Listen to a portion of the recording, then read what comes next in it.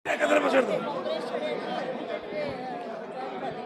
विधिवत भाव में मु विजु जनता दल रे सामिल होती कृतज्ञता देवी मु धन्यवाद देवी माननीय मुख्यमंत्री को जे मते विजु जनता दल रे सामिल करिथिबारु एवं जो ओडिशार विकास धारा अच्छी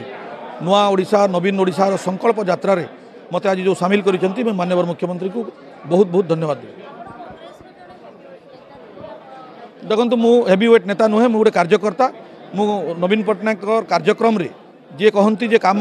ज़्यादा एवं कथा कम से कम से कथार मु विश्वास रखिकी आज मु कांग्रेस दल को छाड़ी आज मु विजु जनता दल रे सामिल होती माननीय मुख्यमंत्री मते जहाँ दायित्व देवे से दायित्व को मु